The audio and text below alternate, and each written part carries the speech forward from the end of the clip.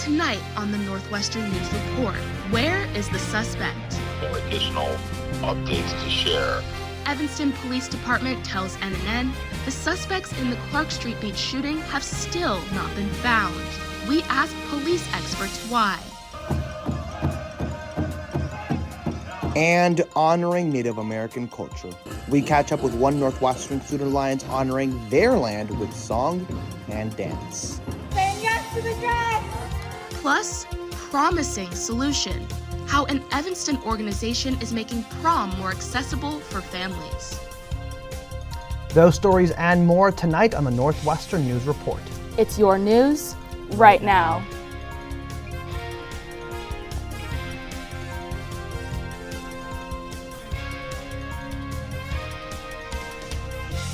Hello and welcome to the Northwestern News Report. I'm Julia Richardson. And I'm Diego Ramos Bachara.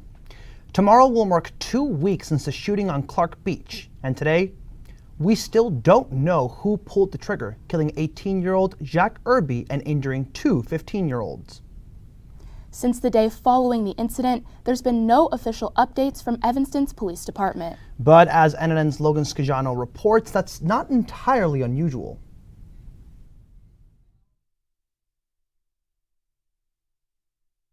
Nearly 2 weeks after the Clark Street Beach shooting, where 1 person was killed and 2 were injured, Evanston Police Commander Ryan Glue sympathizes with anxious residents. It is completely understandable that more information is going to put people potentially at ease. But as has been the case since the day after the shooting, There's just no additional updates to share. no suspects have been arrested, but EPD says the shooting occurred after a dispute between 2 groups. NNN asked if the incident was gang-related. I wouldn't be comfortable classifying it this time as a gang-related incident.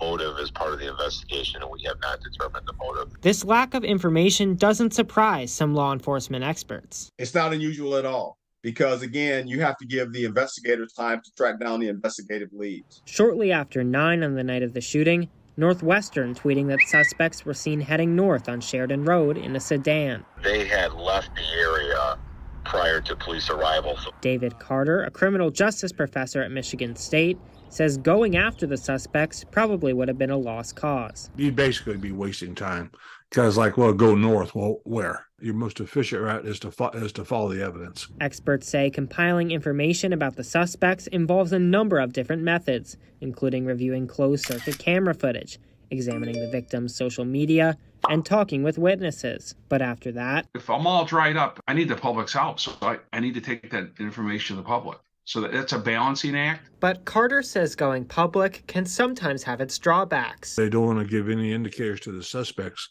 of the direction of the investigation. A complicated process requiring patience and persistence. Logan Scajano, Northwestern News Network.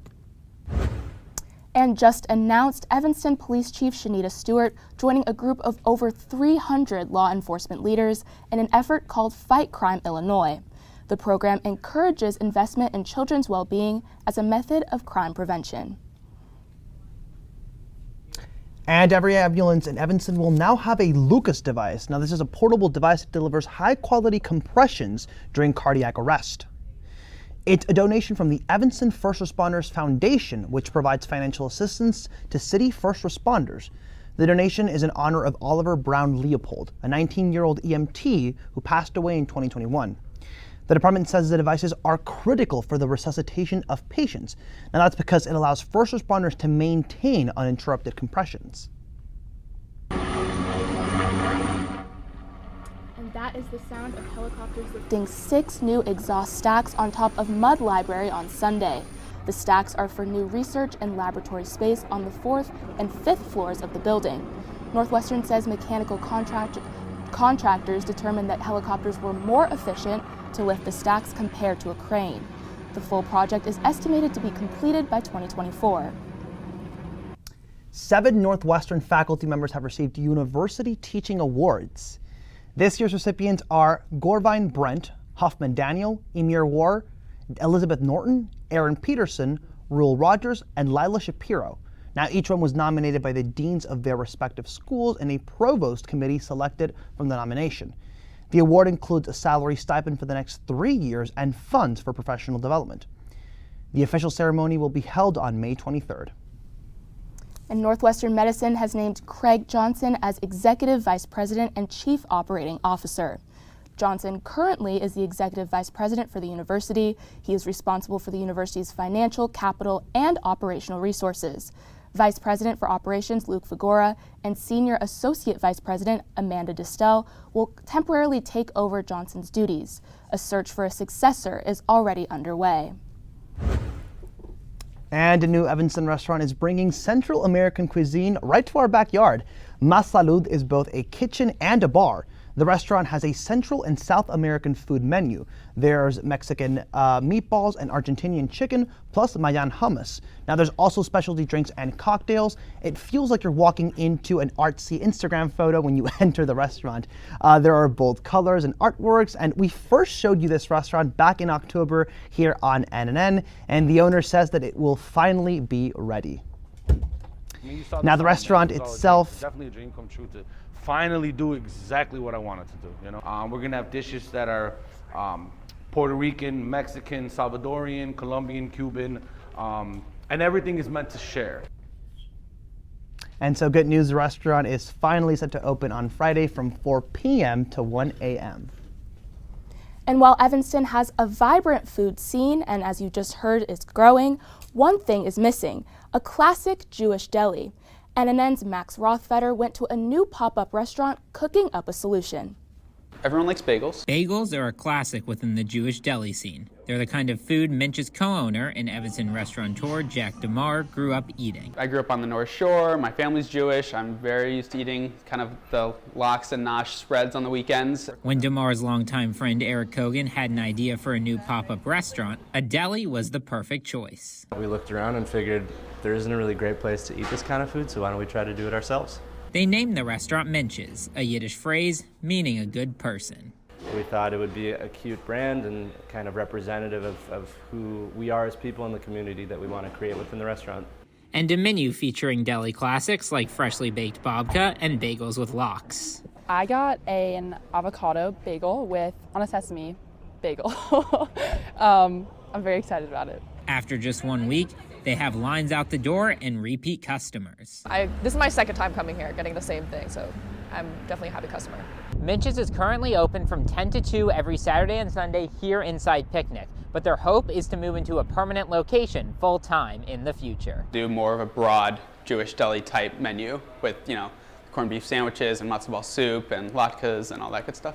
A restaurant inspired by Jewish classics, but welcoming to all. I hope we become a staple in the Jewish community, but this is a non-denominational, deli. This is for everybody. And that's what a delicatessen is all about.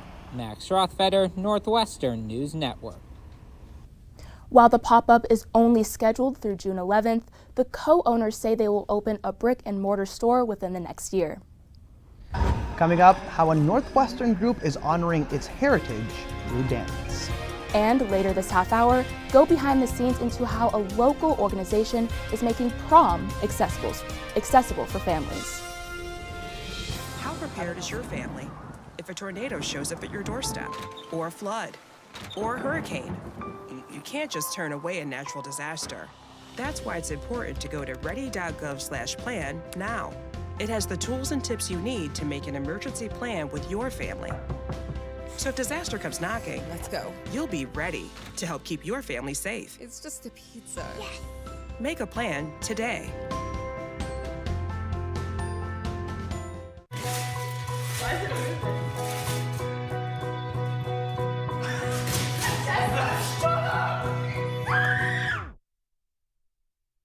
Resuming moments like these starts with protecting our kids against COVID-19 and dangerous new variants.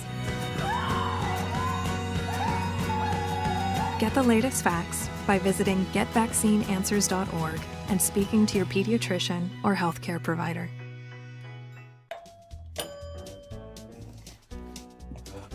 What a disaster. You're a disaster.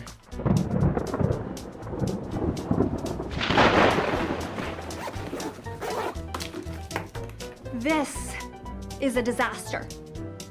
You can't be ready for every little disaster, but you can prepare for a big one. Make an emergency plan today. Have an elm tree on your property? Well, Spring listen up. snow and the rain city of Evanston cannot is stop offering Evanston. residents. Sorry about that. The city of Evanston is offering residents enrollment in its private elm tree insurance program.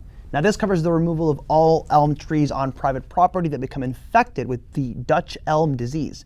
Now, community members can apply on the city's website, but the deadline to enroll is Thursday, June 1st. The community came together to celebrate the environment over the weekend. NNN's Ellie Skelly has more on how the Evanston Ecology Center is going green. Spring snow and rain could not stop Evanston resident Margaret Nelson from celebrating Earth Day Saturday morning.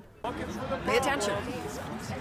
Pay attention and don't let the polluters continue to pollute. Wearing a banner advocating for water protection around her neck, she was one of the dozens of Evanstonians who attended the Ecology Center's Earth Day event. Being aware that there are people working on this has helped me feel a lot more hopeful. The event bringing together 19 local organizations focused on bettering the environment for its annual celebration. It's really important to get people outside, and a free event is one way to kind of get people excited. And while the event featured family-friendly activities like bubbles and a book swap, there was also a focus on making strides towards environmental reform. Climate change isn't coming, it's here and it's been here. And for Margaret Nelson, the event was an opportunity to bring together who she calls people of goodwill. If you are around persons of goodwill, it's hard not to have the corners of your mouth turn up, because these are people that are not greedy, that are not cruel, that are not trying to stomp down some other group. Evanston residents united over a love for the planet they call home. Ellie Skelly, Northwestern News Network. And the Earth Day festivities continued with the Native American and Indigenous Student Alliance, the group honoring our land with a powwow. NNN's Ananya Chag has more on the significance for Northwestern's Indigenous community. Dancing and Sharing Community, Northwestern's Native American and Indigenous Student Alliance, or NASA, hosting their second annual powwow on Saturday. Just as a reminder for everybody, but also just to celebrate our beautiful land. Here at the Welsh Ryan Arena, the powwow offers a space for natives and non-natives alike to share in an intergenerational cultural celebration. I just want to take a special day to give thanks to our land and try and remind everybody here, especially like undergrad students that have the drive to push further initiatives, that our land should be protected. The powwow included special performances from the Northwestern Mariachi, as well as from reservation groups like the Iron Bear Singers and the Fire Nation Singers, and vendors selling jewelry, art, clothes, and other traditional indigenous products. So I have some Aztec dance regalia, like the shikli mekat that we call it, which is like waistbands. I have rattles, two types, gourd and coyoli. NASA hoping to see more events like this in the future. We've put so many tears, hours, blood and sweat, as people say, into this. So it just means a lot to have it actually come, and it feels very euphoric. Ananya Chug, Northwestern News Network. Got bulk trash? Evanston Public Works will pick it up for you. Residents can get 6 cubic yards of bulk trash removed free of charge. First ward pickup for those whose normal collection day is Tuesday will take place this Friday, April 28th. And beyond bulk trash, some Evanston residents are doing their part to make the earth a cleaner place. NNN's Simone Garber raked in some fun at the Dempster Mile Earth Day cleanup. Equipped with gloves, shovels, and green wristbands, almost 100 volunteers on the main Dempster Mile cleaning up the community on Saturday morning. On a cold, rainy day like this, I consider that a great triumph. I'm very happy with that turnout. Among the volunteers, Northwestern sorority Tri Delta members, many cleaning garbage out from underneath the Metro train tracks. This is my first time being down here in this area, and so it's nice to be able to help the community out. Some, like first-year Brecken Van Lonkhuizen, transferring their skills from trash pickups back home. I love being able to see the before and after of the trash being there, and then knowing that I did something that made the world look a little better and feel a little better. Frio Gelato on Chicago and Dempster offered free gelato scoops for people who showed their green wristbands. It's just like a fun little treat after you're picking up some trash. And local officials also coming out to show their support. Main Street is part of the magnificent 4th Ward, and I'm coming out to support Catherine Gotstick and the Main Dempster Mile and help make our community more warm and inviting for everybody that lives here. Merging sustainability and community, where every effort makes a difference. Simone Garber, Northwestern News Network. Coming up, a fitness program gets a fresh start, how they're helping others get their steps up. And it's nearly May and we're still wearing jackets and hats. Does the misery never end? Coming up next, we'll have your forecast. At Northwestern, we're Wildcats in every way.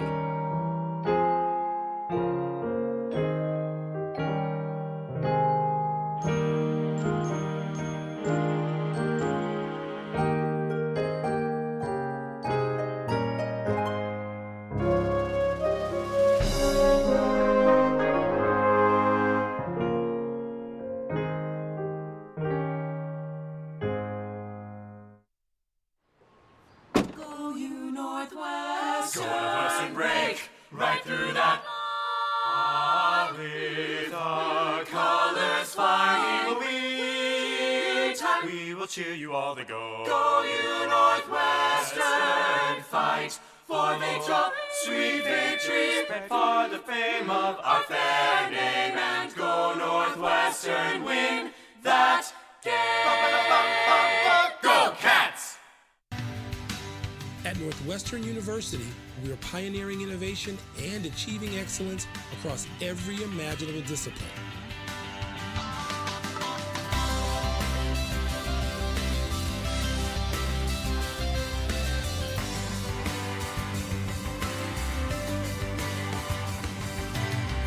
At Northwestern University, the possibilities are endless.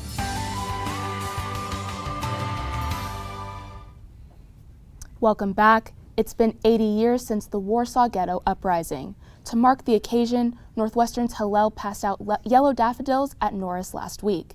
NNN's Kunjal Bastola tells us more. Would you like a yellow daffodil? On April 19, 1943, inhabitants of the Warsaw Ghetto resisted the efforts of German troops to deport them to concentration camps. To mark the 80-year anniversary of this historic event, as well as commemorate Yom HaShoah, or Holocaust Remembrance Day, Northwestern's Hillel handed out yellow daffodils to students and community members at Norris last week. The Warsaw Ghetto Uprising was the biggest act of Jewish resistance during the Holocaust.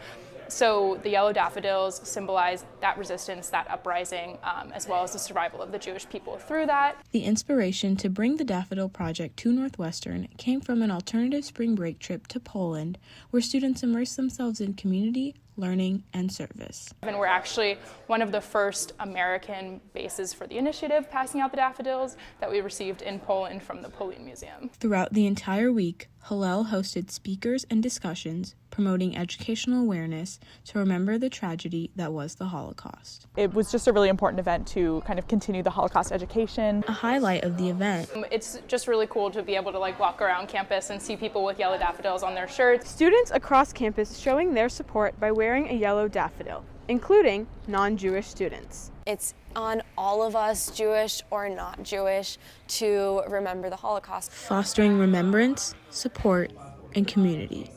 Kunjal Bastola, Northwestern News Network. And a new show is finishing off its run at the Wirtz Center this weekend. Indecent is based off the true story of Polish-Jewish playwright Sholem Asch and his show God of Vengeance.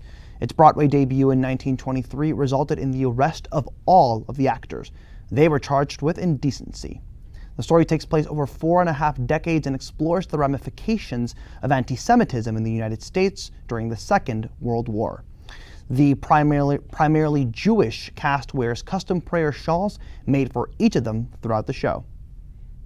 We are not trying to shy away from those events and the pain that occurred during them.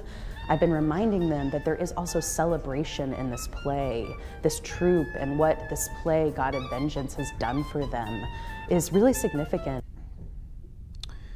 And the show will finish its run this Thursday through Sunday at the Wirt Center for the Performing Arts. Also happening this weekend, Creating Small Thunder, an opera about a queer family that confronts what is haunting their cattle farm. Shows will be Friday at 7:30 p.m. and 9:30 p.m. and Saturday at 2 p.m. and 7:30 p.m. at the Wirt Center. And it's a busy time for NU Theater because of the opening night of the WAMU Show, an annual production put on entirely by students. And it starts this Friday.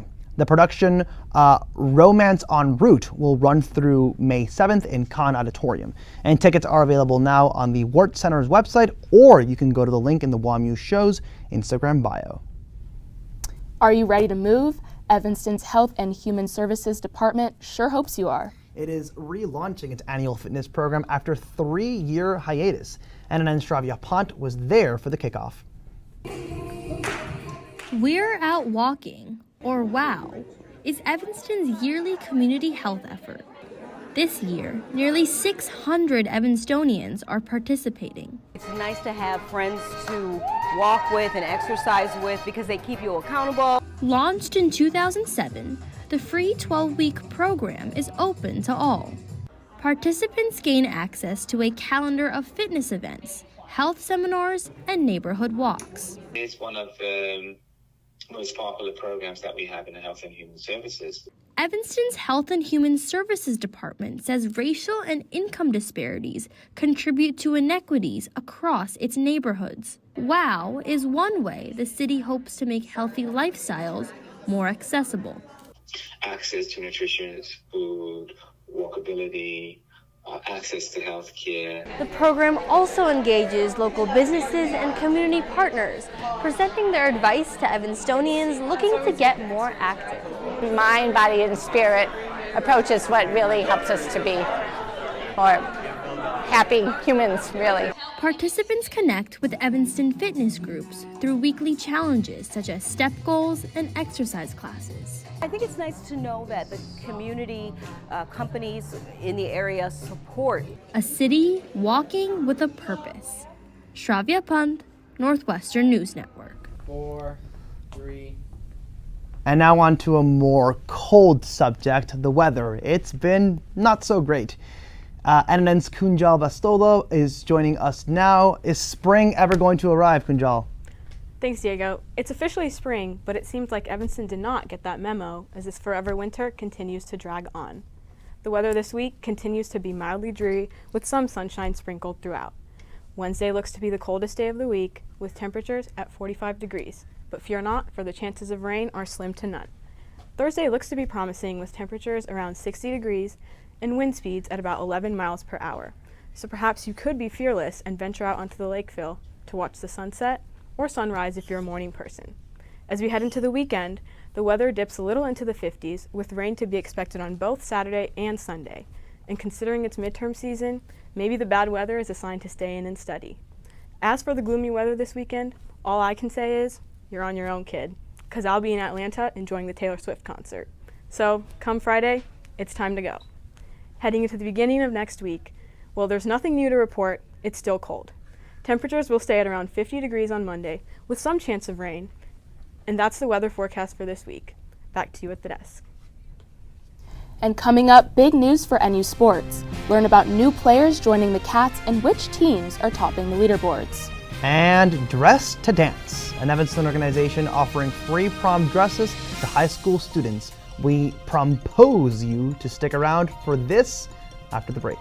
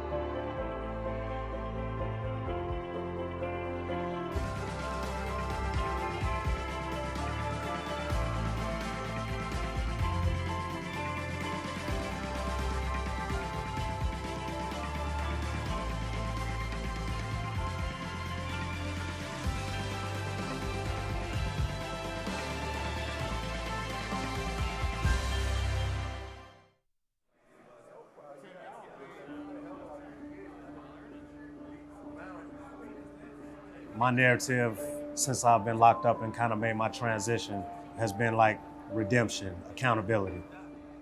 When I come into the classroom environment, every individual that sits amongst me takes education seriously.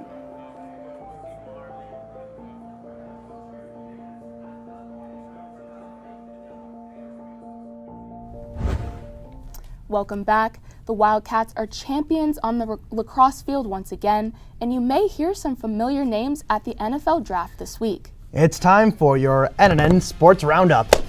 Joining us now is David Gold. David, it's been quite the week for the Wildcats.